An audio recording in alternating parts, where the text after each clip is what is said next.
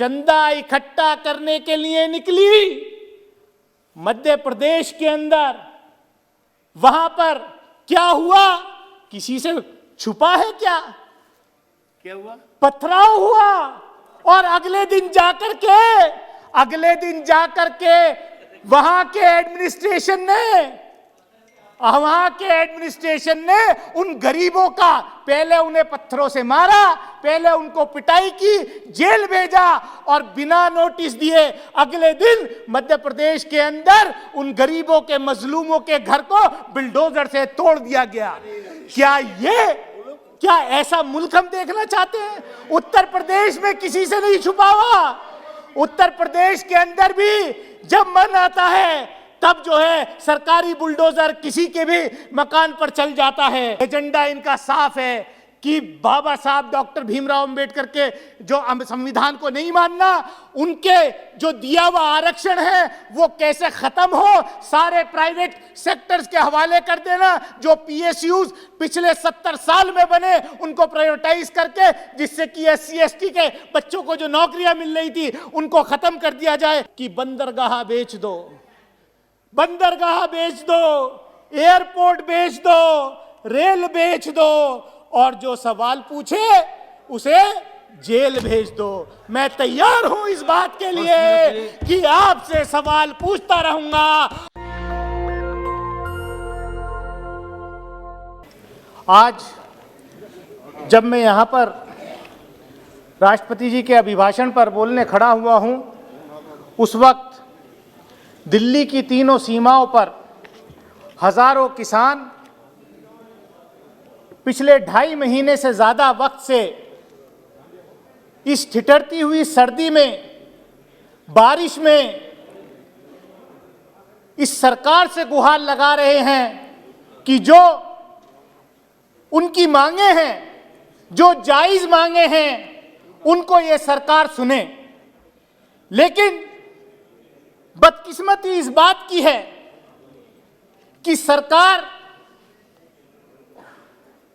अपनी जिद छोड़ने को तैयार नहीं है।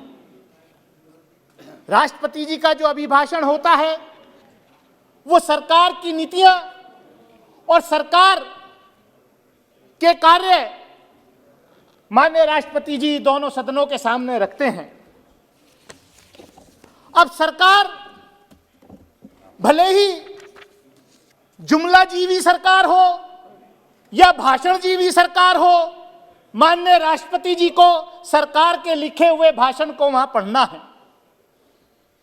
मैं सिर्फ यह कहना चाहूंगा माननीय सभापति महोदय, आज जब एक तरफ चीन हमारी सीमाएं लांघ करके धरती पर अपने गांव बसा रहा है, कब्जा कर चुका है काफी सारी जमीनें, लेकिन सरकार को जो तत्परता वहां दिखानी चाहिए थी, हमारे जवानों को, हमारी आर्म फोर्सेस को ग्रीन लाइट दे करके कि जाओ मुकाबला करो, लेकिन पता नहीं किस दबाव में यह सरकार जो है चीन के खिलाफ जो है अपनी नीति स्पष्ट नहीं कर रही।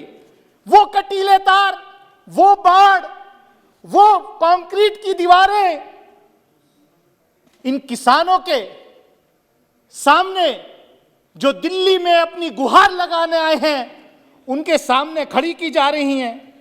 माननीय सभापति महोदय, देश का किसान अन्नदाता के साथ ये सलूक करना ये कहीं से भी जायज नहीं है। मैं यही कहूंगा कि कई अंतर्राष्ट्रीय आवाजें भी इस किसान आंदोलन के बीच में उठी हैं।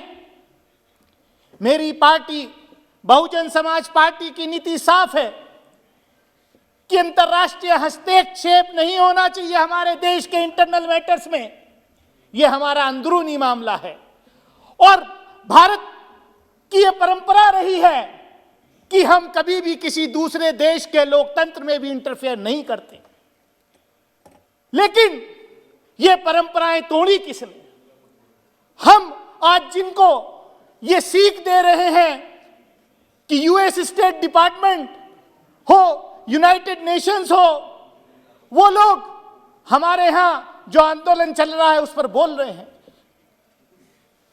लेकिन जब हमारे देश के प्रधानमंत्री जाकर के दूसरे देश के लोगों को ये कह रहे थे कि आपको कौन सी सरकार चुननी है, अब की बार ट्रंप सरकार, ये मौका हमारी विदेश नीति जो बदली गई उन्होंने दिया है।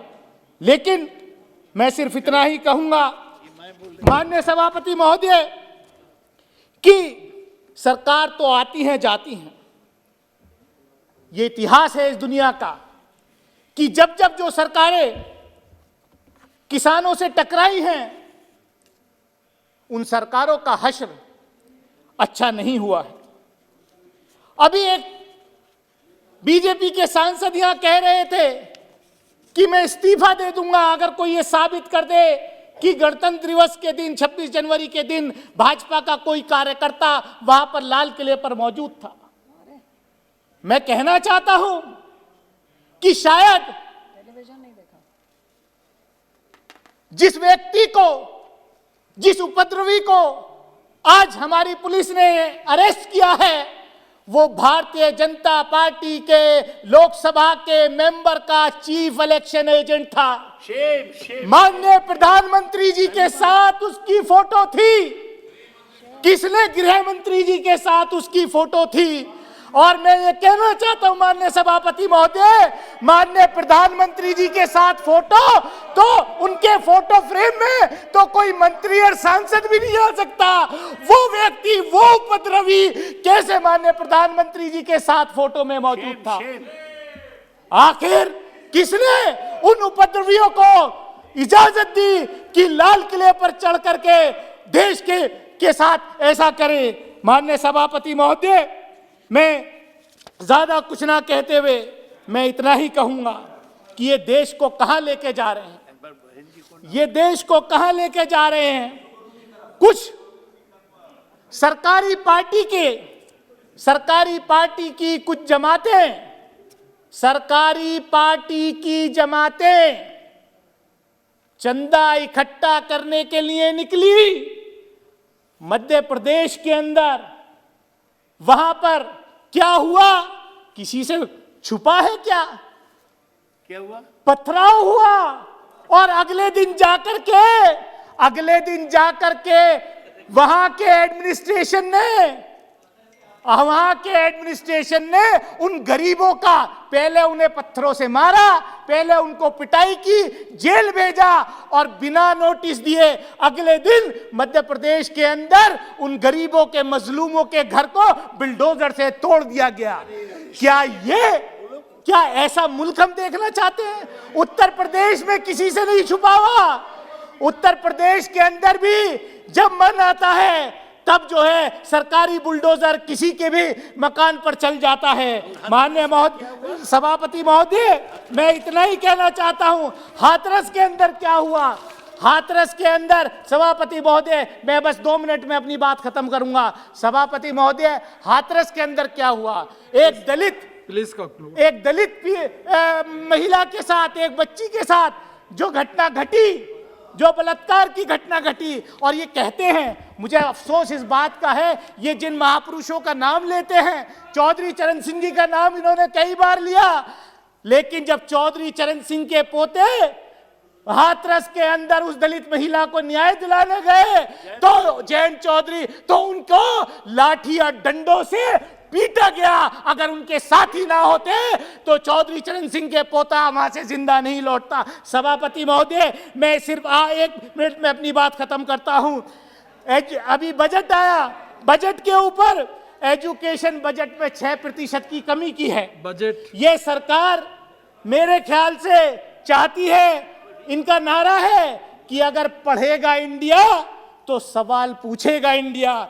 इसलिए सारे विश्वविद्यालय, सारी एजुकेशन सेक्टर को डिस्ट्रॉय कर दो। मेरे यहाँ एक यूनिवर्सिटी मेरे पड़ोस के जिले में मौलाना मोहम्मद अली जौहर यूनिवर्सिटी बनाई, उसको भी रोज तोड़ने के लिए बुलडोजर तैयार रहता है। लेकिन ये सरकार क्योंकि शिक्षा खत्म करना चाहती है। मैं सभापति महोदय ज्यादा वक्त न लेते हुए मैं इतना ही कहूंगा, ये सरकार क्योंकि इनकी बस 1 मिनट में अपनी बात खत्म कर रहा हूं। ये सरकार जो है इन्होंने अपना जो है एजेंडा इनका साफ है कि बाबा साहब डॉक्टर भीमराव अंबेडकर के जो संविधान को नहीं मानना, उनके जो दिया हुआ आरक्षण है वो कैसे खत्म हो, सारे प्राइवेट सेक्टर्स के हवाले कर देना, जो पीएसयूज पिछले 70 साल में बने उनको प्राइवेटाइज करके, जिससे कि एससी एसटी के बच्चों को जो नौकरियां मिल रही थी उनको खत्म कर दिया जाए। मैं यही कहूंगा आखिर में कि बंदरगाह बेच दो,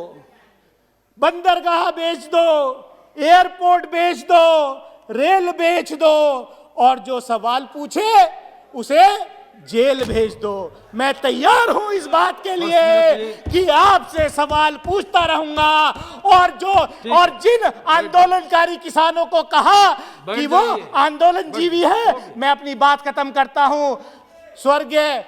स्वर्गीय डॉक्टर राम मनोहर लोहिया ने कहा था कि जिस लोकतंत्र की सड़कें सूनी होती है उसकी संसद जो है, आप जानते हैं, आप जानते हैं। तो इसलिए ये आप उन महापुरुषों की तो बात कम से कम बात मानो। और सभापति महोदय, मैं कंक्लूड कर रहा हूं एक सेंटेंस में। आज जो देश में हो रहा है, गरीब को, मजलूम को, अक़लियत को न्याय नहीं मिल रहा, और वो न्याय जो है जुडिशरी में भी क्राइसिस आ गया है। मैं इसी बात के साथ अपनी बात खत्म करता हूं कि मुझे स्वर्गीय अरुण जेटली जी का एक बयान याद आ रहा है, संसद के अंदर दिया हुआ।